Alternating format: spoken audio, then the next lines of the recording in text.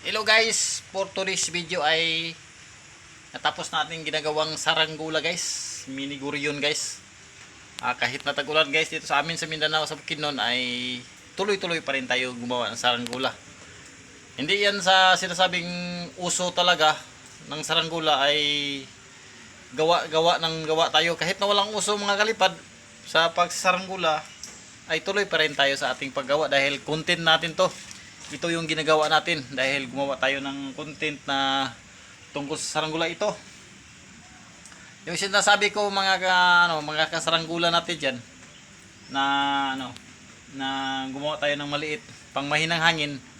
Ito na. Shout out muna natin si GDC Kite from Iligan City. Salamat po GDC Kite. Nagtatanong si GDC Kite sa atin kung malakas pa bang hangin. Ako idol. Hirap talaga dito sa Bukidnon makasagap ka ng hangin idol. Meron mang hangin idol pero sandali lang. Ang hina. Kung meron mang malakas na hangin idol ay kapag dumating ang ulan, yan pa ang malakas na hangin. Hindi tayo makapalipad ng saranggula kasi kapag malakas hangin ay ang susunod niyan ay malakas na bagsak ng ulan.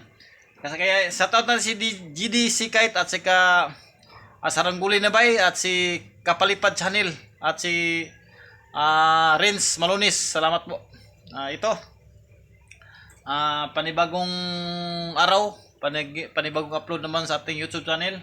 Kumusta na kayo mga kalipad natin dyan, nagsasaranggula. Usapang saranggula po to natin mga kasaranggula, no. Ito, mayroon tayong bagong binubuo. Yung to mga kasaranggula. Kung ganunin mo to ay Vietnam kite pero yung niya, yung design niya ay araw. Pero subukan natin ganyan yung style sa ating saranggula para maiba naman tayo, no. Medyo hindi lang to kagandahan yung hubog natin mga kalipad o mga kasaranggula. Medyo matulis konti nandito. Pero okay na yan. Konti lang matulis, no. Ito sa kabila naman ay medyo matulis din pero okay na yan mga Sinubukan kong gumawa tayo ng maliit na saranggula para merong mahinang hangin. Pwede natin to. Napakalambot lang to mga kalipad natin. Napakalambot lang yung madali lang to magbebend.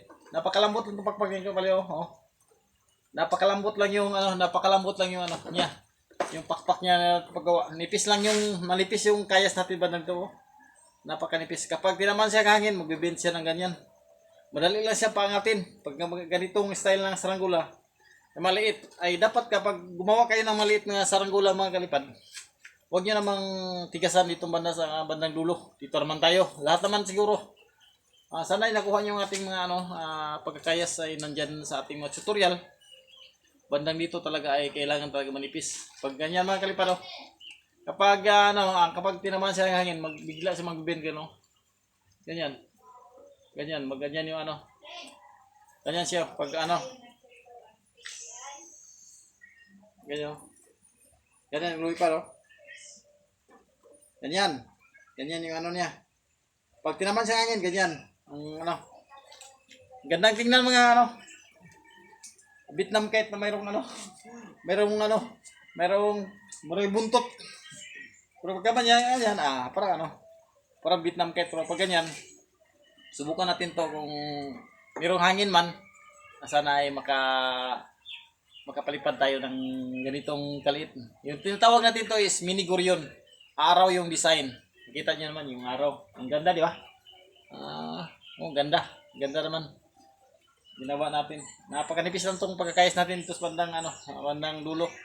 Kahit mahinang hangin, lilipad to kasi napakalambot talaga. Di ko alam kung kakayanin ba to sa malakas na hangin. Hindi na tayo talaga nagkakayas ng pambagyuhan kasi yung hangin naman dito ay hindi naman kalakasan talaga yung hangin. Balik sa normal. Meron man malakas na hangin, bihira lang.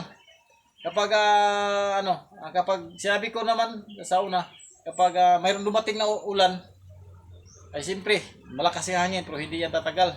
Kapag pero hirap talaga magpalipad ngayon kasi total ngayon. So sa amin ay malakas ang hangin. Ay malakas ang ulan. Ang hangin ay wala. Kanina mayroon mang hangin pero ang dali lang. Hindi pa ako nagpalipad kasi bigla na nawala. Merong hangin, pabugso, tapos wala na yung hangin. Yun muna yung update natin mga kasaranggola natin dyan. Yun itong design natin. Sana ay makagawa pa tayo ulit ng mga saranggola na mga lalaki. Yung mga saranggola natin dyan ay nako. Yung nagpalipad ako nung isang araw ay lahat ay bali, daming bali. Hindi ko lang yung isa namin na mga kasaranggola, yung isa naming sa saranggola na yung palda-palda namin ay yung palda-palda namin na saranggola ay nandyan pa sa niyog. Tingnan kung nandyan pa ba. Kasi yung unang araw ay sumirok siya. Napakalakas talaga hangin, parang bagyo talaga. Pagkalipas ng ilang oras, ay nako, biglang bumuhos yung ulan. Yung yan naman talaga mahirap kapag malakas nga ang hangin, pero ang susunod naman malakas hangin ay nagbabadya naman yung malakas na ulan. Hindi tayo dahil dalawa yung pinalipad natin, hindi tayo biglang makapaba kasi dalawa, ako lang isa magpulon. Si Prince ay wala yan, si Prince hindi niya marunong magpulon. Kaya hinila ko lang naman dito ang yung tansi. Dito ko na lang pinupulon.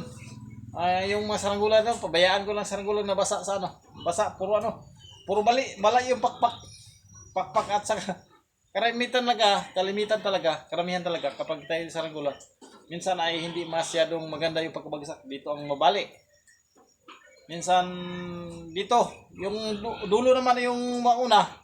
Ang kaso lang dito, yung salanggunting, may line yung kumakalas. Kumakalas dito yung kumakalas yung tali mo dito. Kaya iniba ko na yun pag tali sa ating salanggunting. Gitangaran ko talaga. Parang ginuhitan ko ng kutsilyo na ginuhitan ko ng tangaran ko lang yung para sumabit siya yung yung panahi ng bigas para hindi siya kumulas. Bumagsak man siya ng dito, pero hindi siya sa kalimitan talaga pag bumagsak, ito yung salanggunting talaga ay gumalaw. Kaya kumalas yung dito. Kumalas, pero ito hindi na to kakalas kasi tinangaran ko na to. Ito lang muna siguro yung mga update natin sa ating saranggola. Pasensya na po. Kasi minsan lang tayo naka-upload sa ating long form video kasi masyado tayong busy at hindi na po tayo naghanap pa tayo ng maganda-gandang kawayan talaga. Napakahirap talagang kawayan. Meron mang kawayan pero ay basa. Hirap talaga. Hirap talaga. Meron mang kawayan na mga tuyo. Ang problema ay gato naman. Ay gato. Yung gato na yung kawayan. Pero tuloy-tuloy pa rin tayo mga kalipad, mga saranggola. Tuloy-tuloy pa rin tayo sa ating paggawa ng saranggola kahit maulan, kahit walang hangin. Tayo ay tuloy-tuloy pa rin sa ating pagsasaranggola. Kasi dahil ito yung kahiligan natin, ito yung libangan natin. Pasalamat din tayo na gumawa na tayo ng saranggola. Sa mga kaibigan natin dyan, yung mga kasama natin, nagsaranggola. Kung mayroon mang manghingi sa atin, bibigyan natin sila. Kapag mayroon mang paggawa na gawa natin sa kanya lang pabalat. Hindi naman tayo malaki singil kapag merong magpagawa sa atin. Kung kapag subscriber natin subscriber yung mga subscriber natin na palaging pumupunta sa ating mga video, ay pwede natin yan, bigyan natin yan sila sa saranggola natin ginagawa. Meron dami pa tayo doon merong merong pumunta ito, nagtatanong siya kung magkano daw saranggola at saka tansi. Binigay ko lang siya, mura lang tayo, hindi tayo mahal ang kailangan lang ay masaya sila at meron tayong napasaya na bata, isang bata naman kapag gumawa tayo saranggola. Siyempre sa unang panahon talaga yung mga bata talaga ay mahilig talaga sa saranggola. Yan naman talaga ay kahilig sa mga bata. Katulad natin, hindi lang pang bata yung sinatawag natin paglalaro saranggola. Kahit matanda, kahit matanda at saka bata, kapag mahilig talaga tayo na gumawa ng saranggola, at dapat talaga natin porsigido tayong gumawa. at mapasaya natin ang ating sarili at sa mga mga mga tao na nanonood sa atin. Sana ay nagustuhan niyo ating mga ginawang saranggula. Dami pa tayong gawin. Hanap lang tayo yung gawin. Okay. Thank you. And don't forget, subscribe, follow, and share. Huwag niyo kalimutan, pinutin yung notification bell para updated kasi aking in-upload na video tungkol sa ating saranggula, mga tutorial natin. Okay, thank you. Bye-bye, adios amigos.